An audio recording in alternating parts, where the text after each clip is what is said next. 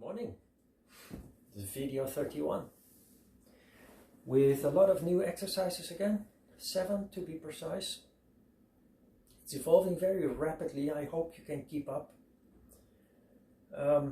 If not, please go back to previous videos and repeat the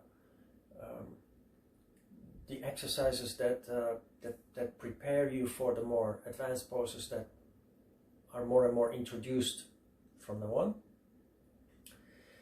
on. Let's just get right to it. We have a lot of work to do.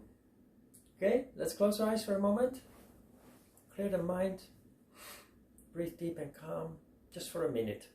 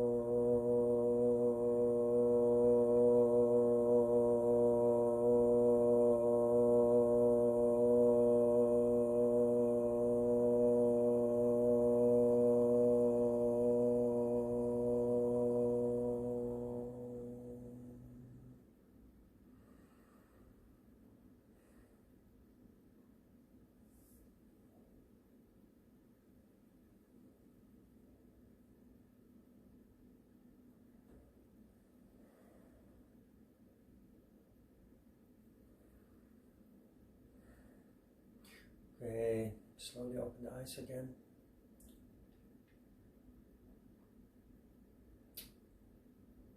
We start with Bhujangasana. The Bhujang is the cobra pose, snake. You notice that we have a very particular approach to it that often is not present in most yoga classes. But, you know, if you look at a snake, it raises its head and upper body and it goes up, right?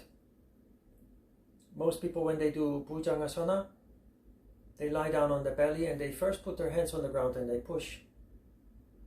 So basically undoing the real value of the pose, which is building core strength. So the first step is that you raise your body like the snake as high as possible without support. And only then you put your hands on the ground and you push. And fully extending the arms, not trying to keep the hips on the ground like many yoga teachers tell you to do. Ending up in a very cramped pose that really is not doing much other than giving you a hard time. Fully extend the arms. Then today we introduce Adho Mukha Svanasana and Urdhva Mukha Svanasana. Urdhva Mukha Svanasana is an advanced Bhujangasana.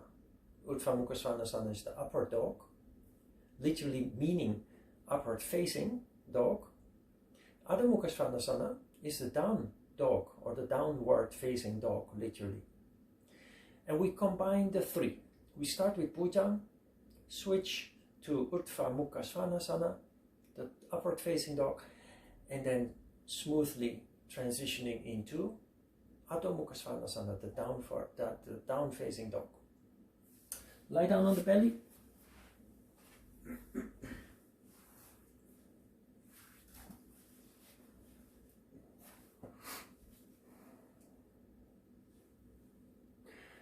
Bhujangasana, the cobra pose, raise the upper body as high as possible. And then try a little more even.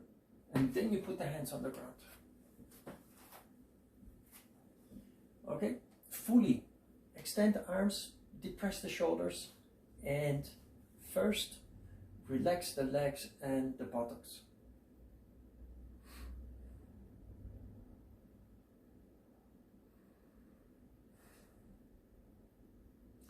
Now, Bhujangasana is often done on the insteps. It is much more powerful if you do it on the balls of the feet. So tuck in the toes, flex the feet, and do not passively lean on the hands, but make your way back so the heels stick out the back. In this way, you activate parts of the body that do not activate if you do it in a different way. So this is Utthha Mukha Svanasana, the upward facing dog. Followed by Adho Mukha Svanasana, the down facing dog. Without allowing arms and legs to bend, we raise the hips, keep the shoulders depressed, and elongate the arms. Do not passively stay in the pose, work. Now, many teachers tell you your heels must be on the ground, very dogmatic. So people focus on the heels on the ground and are not working in the upper body and the hips anymore. So forget about the heels. I've done this for 36 years. I can put the heels on the ground, but it takes away from the real essence of the pose, which is the work in the hips and the upper body. So focus on that and leave the heels alone. They will find their way wherever they can go.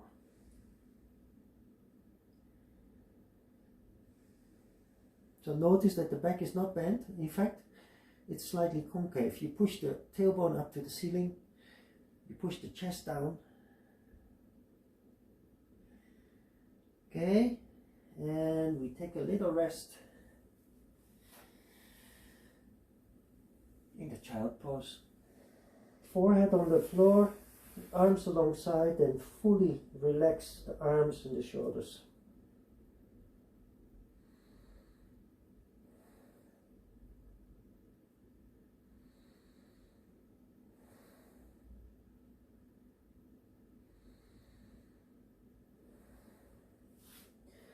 The next pose is also new, is Virasana. Vira means hero. You're sitting on your knees and you try to end up sitting in between the ankles. Be careful. It's a exercise that puts a lot of pressure on the knees if your knees are not so flexible yet.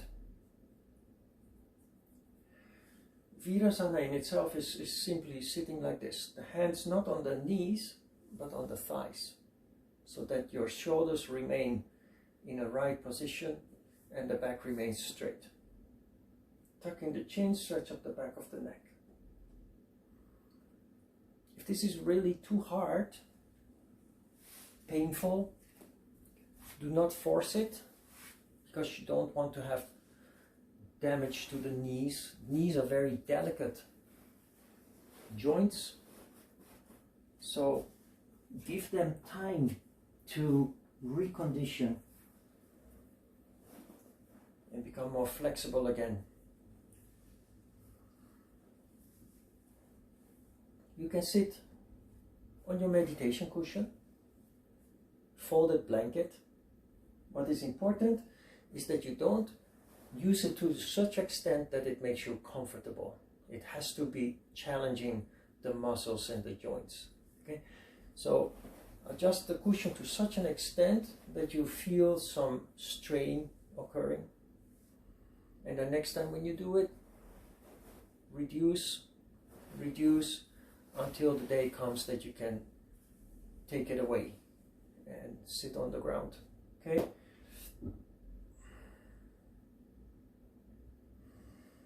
Consolidate for a moment.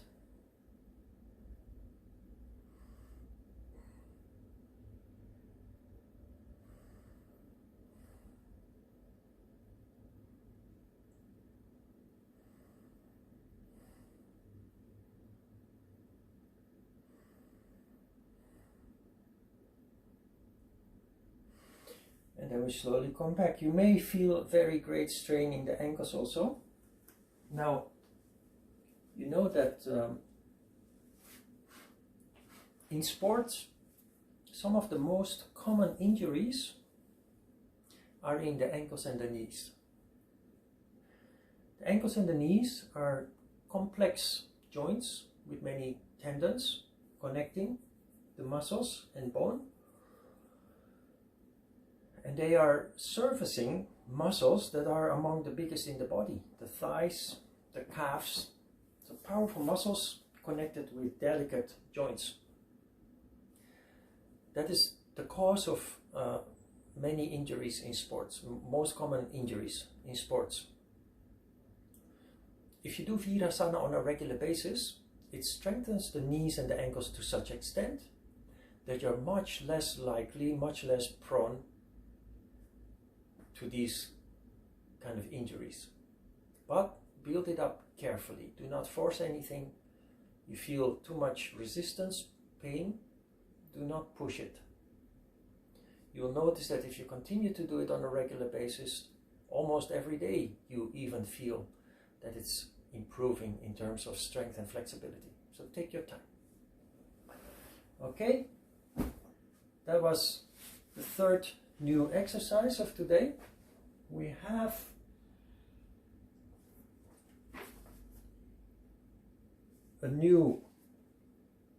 two new shoulder stand variations, but we start with Supta Konasana.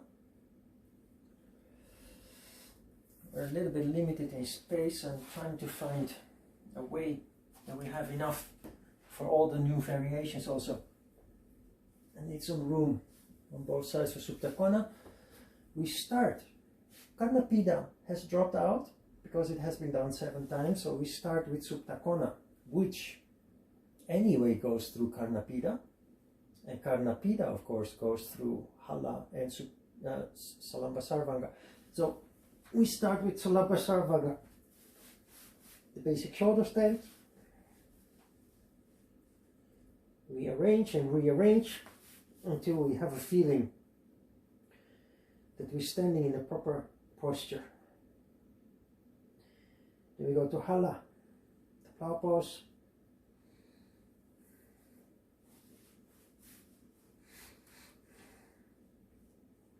And when that feels right, Karnapida.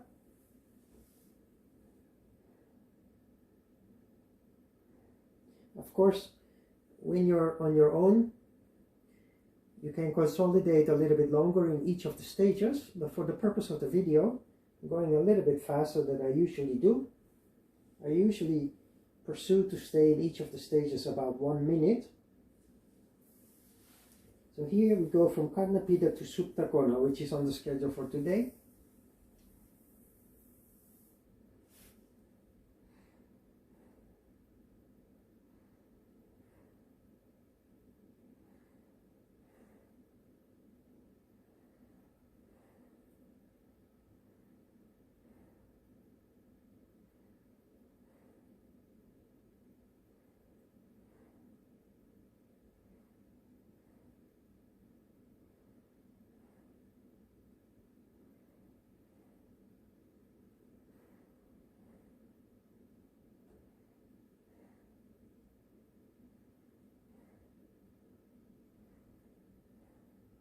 Now we have 2 new asanas. The first one is based on Halasana, the plow pose. So we go back to Halasana, support the back.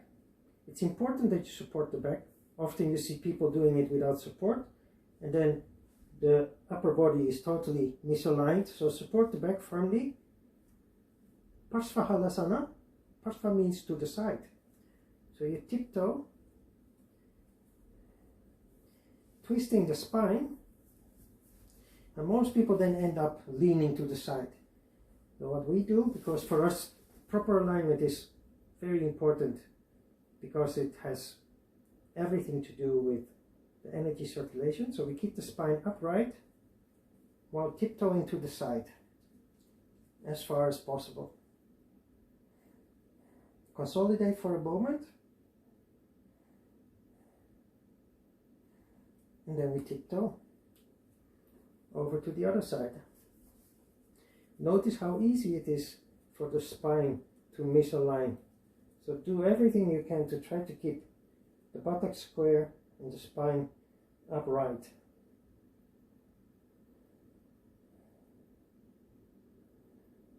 Consolidate for a moment. And we slowly come back to Halasana. From Halasana we go back to Salamba Sarvangasana.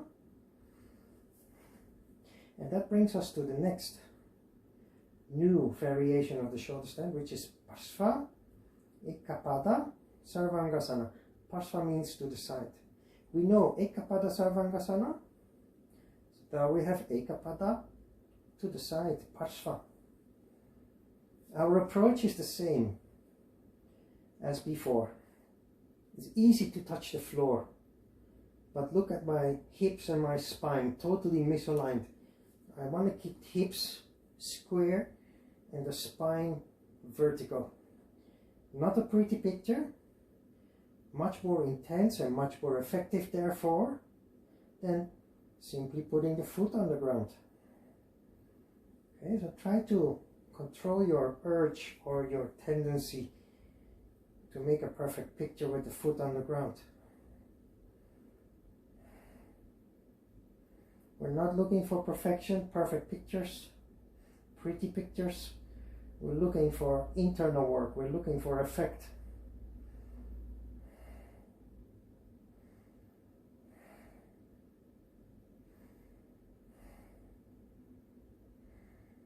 And slowly come back.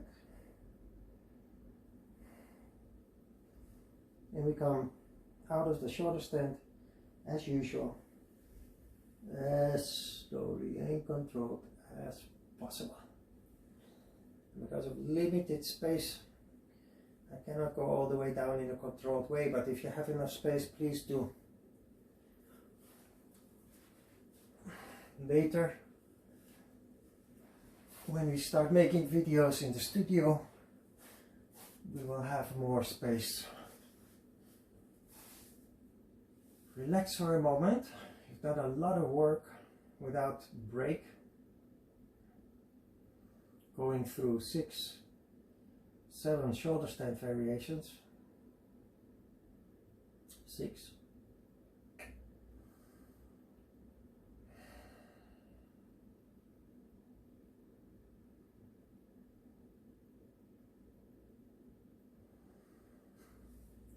And please sit down. Then we have 3 poses that are familiar, starting with Janu Shirsa. Forward bend with one leg. You make it as symmetric as possible by not bending sideways, but by turning towards that foot. Inhale deep. Exhale and grab the foot. If you have long legs, short arms, use a belt if you cannot hold the foot, or you can grab the calf somewhere along the way. Okay? You can use a belt as an extension. If you're flexible enough and you have short legs and long arms like I have, like a monkey, easy. But focus on keeping the back straight. The moment you passively bend the back, intensity falls away, the effect falls away. So don't waste time, don't waste effort, do it correctly from the beginning. It has to become a new effort, a new habit to approach the use of your physical body in this way, especially when practicing yoga.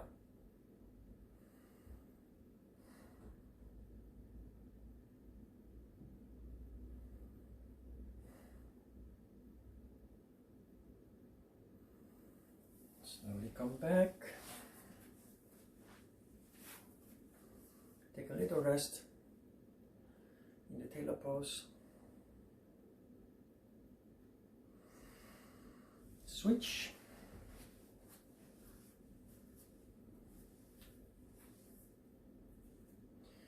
Inhale deep and bend forward, pivoting on the hip joint, not by bending the back.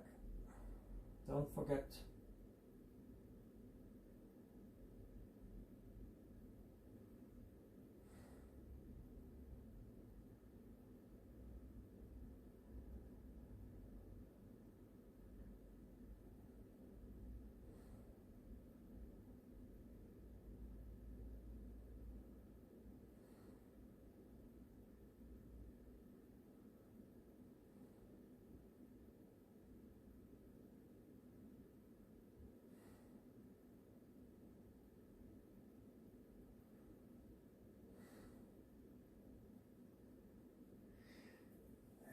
And slowly come back.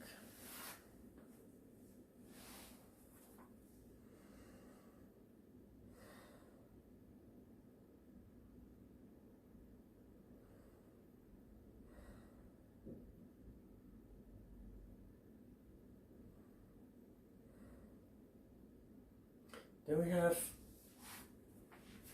Paschimottanasana, forward bend with 2 legs straight. So it's a seated version of Padangusta, Padahasta and Uttam. We start with Danda, sit straight, inhale deep, and like in Janushirsa, we don't want the back to bend. If the back bends, it's only very slight, because you're focusing very actively on stretching up the spine, elongating the spine.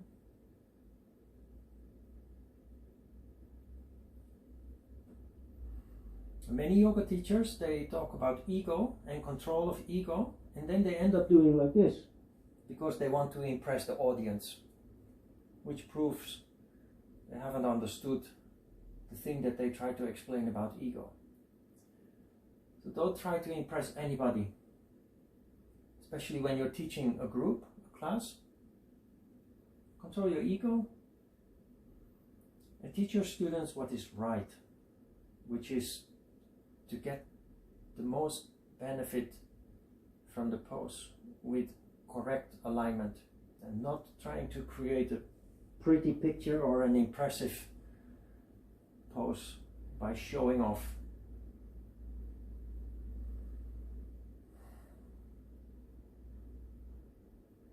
So Paschimottanasana means stretching up the west. The back side of the body is the west. Slowly come back. Take a little rest in the tailor pose. And then we're going to do Purvottanasana, which means stretching up the east, the front side of the body.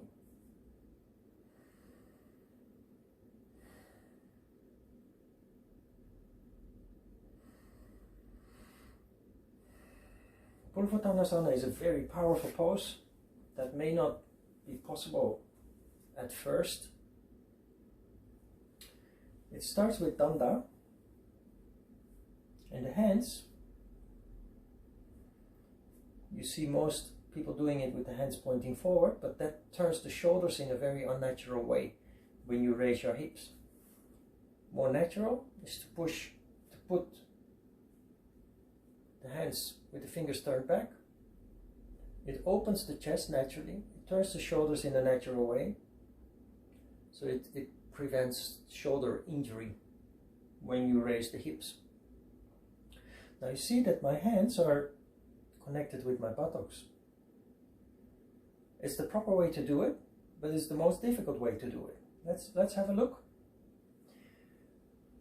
Without bending the legs, we raise the hips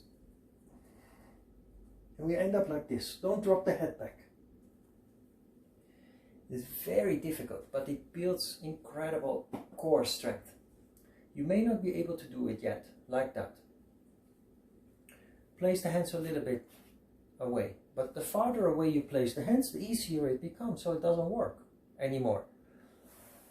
Keep the hands as close as possible to the buttocks and just work. You see? So easy. I put the hands closer and it becomes really difficult, but it's possible.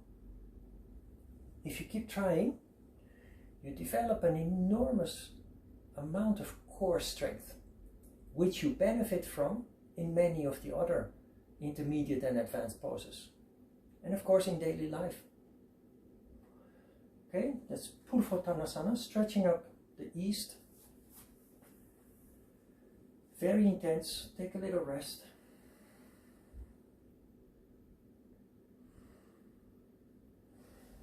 And the last pose of today is a very special one. Not everybody will like it. It's a little bit awkward, but it's a very powerful Kundalini exercise that is designed to awaken the snake called Kundalini at the bottom of the spine, which is all symbolism. But symbolism does not mean that it is a fairy tale. Ancient yogis and other spiritual people all over the world knew that at the bottom of the spine lies a latent energy. Latent means most human beings are not utilizing that energy. It's latent, which is symbolized by the sleeping snake coiled up at the bottom of the spine. It's symbolism. That energy is there. The special way that you practice yoga revitalizes the body. That energy is utilized. And this exercise, Siddhasana, is an exercise, one of the many, that does that in a very direct way. Siddhasana, Siddha means paranormal or supernatural ability. A siddhi is that kind of ability. A siddha is a person who has that ability. The Siddhasana is the exercise that provides you with the energy that awakens such latent powers in the human being. That we call it supernatural or paranormal, as if it is something very unusual and thus not achievable for the average human being. That is misleading.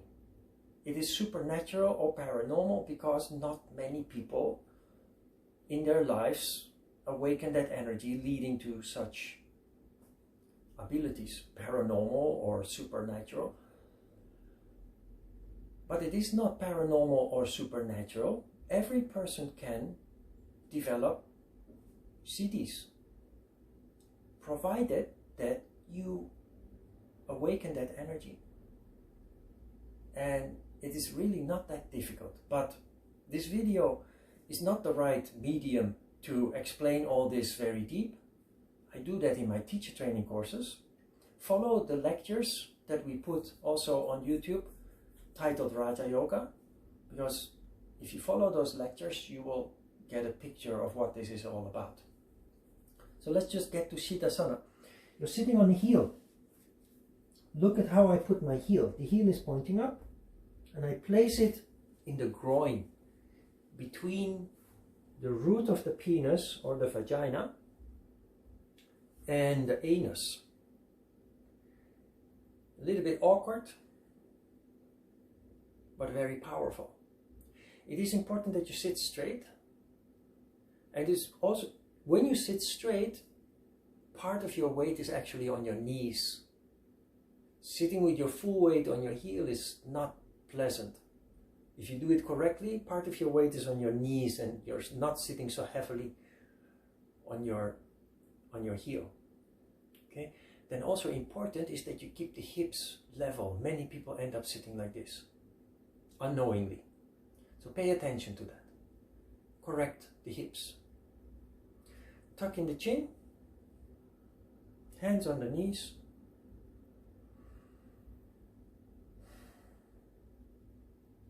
Then if you want to make this a real exercise, you feel the discomfort in your heel, but don't focus on the negative aspect of that. The discomfort sitting on the heel undeniably draws your attention to a place in your body where many people have no consciousness. Feel that discomfort and imagine, visualize that discomfort going up. And if you are flexible enough, you can put your heel on your thigh, a half lotus, and do the exercise like this, making it more powerful.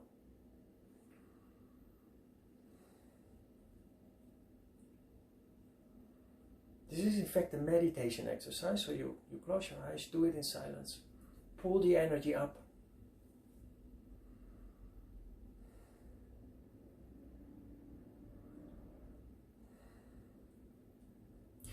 And slowly come off the heel.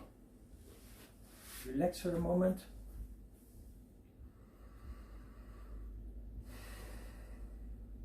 Now, if you don't believe a word that I say, if you find this exercise weird, awkward, creepy, don't do it. Just skip it. Okay? There are many other exercises, and at some point maybe you will understand, but feel really what this is all about, and then you will be ready to try and experiment with this exercise also. Okay? Let's shift. Switch. Sit on the other heel. If possible with a half lotus, if not, you keep the foot on the ground.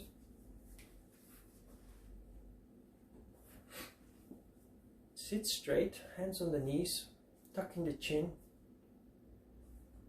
Pull that energy up. It's much easier than you think. It's happening before you even realize it.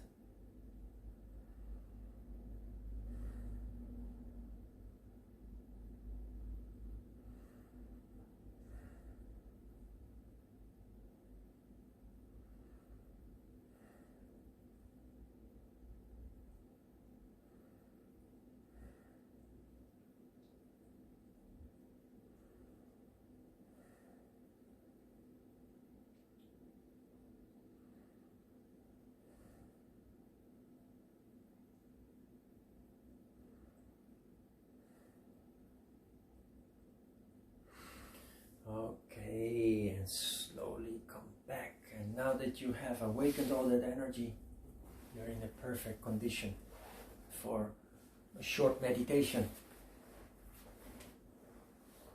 Sit straight. Close the eyes. And slowly drift off. 5 minutes.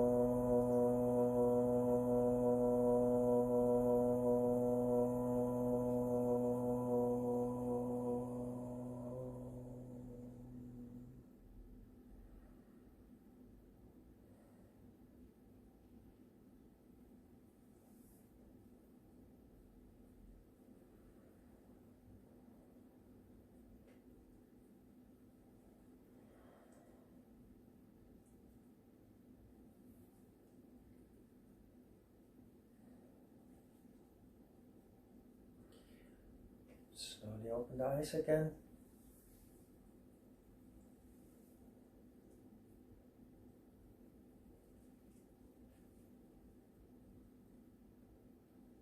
How was that?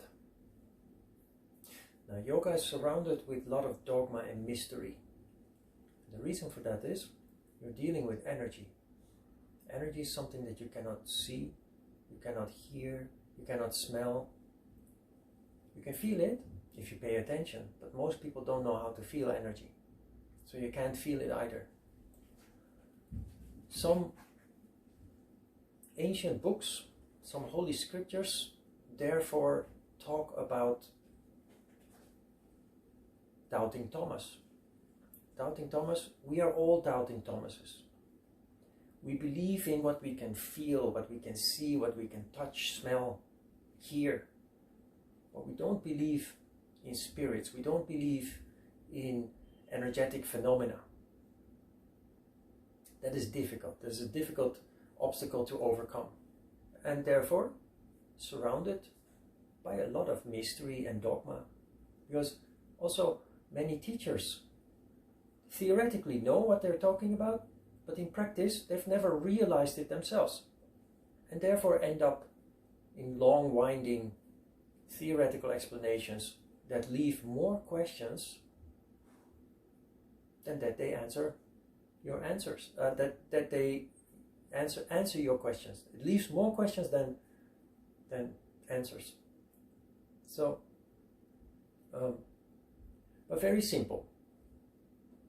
If you are in doubt about the efficacy of Siddhasana, the power of Siddhasana, awakening energy, it's okay. But you must have noticed that the meditation today was more natural than usual, and it was much deeper than usual. Because we finished our exercise session, asana session, with Siddhasana. Meditation doesn't work if you have little energy and if energy is low. The mind in such a condition is very restless, all over the place, scattered. When energy is high and available in abundance, the mind naturally is very calm and focused. And that is what you felt. Siddhasana led to energy rising and being there in large amounts. You sit down on your cushion and poof, you go. Very easy, very spontaneous, very intense. That is the proof that at least something did happen, right? So doubting Thomas turns into a believing Thomas. Okay. Thank you so much for attending today. Hopefully practicing with us today while watching. And have a lovely day, and looking forward to seeing you in the next video. Thank you.